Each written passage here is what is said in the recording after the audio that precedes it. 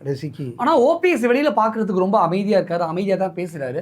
அவர் எப்படி சார் அந்த கட்ட பஞ்சாயத்தில் தலைமை ஏன்னா அவர் அமைதியாக இருக்கிறாரு, எல்லாருக்கிட்டையும் வந்து அமைதியாக பேசுகிறாரு, பண்பாடாக பேசுகிற மாதிரி தெரியுது. பட் அவர் தான் அந்த தலைமை, அந்த கூட்டத்திற்கு அவர் தான் அன்னைக்கு தலைமை தாங்கினாருங்கிறது தான் உண்மை. இதில் என்ன சொல்கிறதுக்கு, அவர் தான் பணியை வச்சாரா? இவங்க இந்த அம்மா அவர் வந்து நேரடியாக வந்து வர மிரட்டி அது மாதிரி எல்லாம் ஓபிஎஸ் அவர்கள் அவர் மிரட்டல. அந்த கூட்டத்துக்கு அவர் தலைமை தாங்கினார். இவங்க வந்து அப்புறம் அந்த அவருடைய கோகுலேந்திரா, ஆமாம் ஆமாம், எங்கள் துறை அமைச்சர் வந்து அவங்க தான் அந்த இதில் தனியாக கூட்டு போய் எங்கள் செயலர், இன்றைக்கு செயலர் ஐஏஎஸ் அதிகாரி, இவங்களும் கூட்டு போய் இப்போ வித்ரா அவரை திரும்ப பெற சொல்லி கொஞ்சம் பரிவாக பேசியிருக்காங்க. நல்லது, உனக்கு நல்லது, தனியாக கூட்டிகிட்டு போய் பேசியிருக்காங்க. தனியாக கூட்டிகிட்டு போகும்போது உங்களை கூப்பிடல, என்னை கூப்பிடல. ஆனால் உங்களை ஏதோ பயங்கரமாக மிரட்டி, ஐ மீன் உங்களை அப்படியே முறைச்சி பயங்கரமாக அடிக்கிற மாதிரி பார்த்து, அதெல்லாம் இவர் தான் காரணம், எல்லாத்துக்கும் காரணம்னு நான் ஏதோ குற்றம் செஞ்ச மாதிரி என்னைய குற்றச்சாட்டி ஏதோ கூண்டில் ஏற்றுறது மாதிரி என்னைய சொல்ல, இவர் தான் எல்லாத்துக்கும் காரணம், இவர் தான் அவரை பாதுகாக்கிறாரு, இவர் தான் சொல்லி கொடுக்குறாங்கிற மாதிரி அந்த அம்மா பேசுகிறாங்க. இவர் தான் எல்லாத்துக்கும் காரணம்.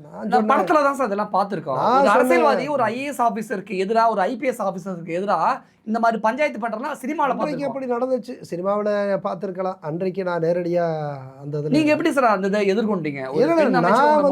நான் தூண்டுறது எதுவும் இல்லை, உண்மையாக நடந்திருக்கு. சோமசுந்தரம் என்னுடைய மேலாளர், அவர் அடிபட்டிருக்காரு. அடிபட்ட ஒரு கடைநிலையில் இருக்கக்கூடிய ஒரு ஊழியர், அடிபட்ட ஊழியருடைய உரிமையை பாதுகாக்க வேண்டியது என்னுடைய கடமை. அதுவும் ஒரு ஒடுக்கப்பட்ட ஒரு பட்டியலின சமூகத்திலிருந்து வர்றாரு. அதை நான் இங்கே சொல்கிறதுக்கு கூட காரணம் என்னென்னா, ஒருவர் ஒரு பிறப்பால் ஒரு சாதி ஒருத்தருக்கு வலிமையையும் ஒரு பலகீனத்தையும் கொடுக்குதுங்கிறது தான் நம்ம இந்திய ஒரு சாதிய சூழல்ங்கிற நம்ம புரிஞ்சுக்கணுங்கிறக்காக சொல்கிறேன். அப்படி இருக்கையில் என்னுடைய பொறுப்பு இன்னும் கூடுதலாகுது.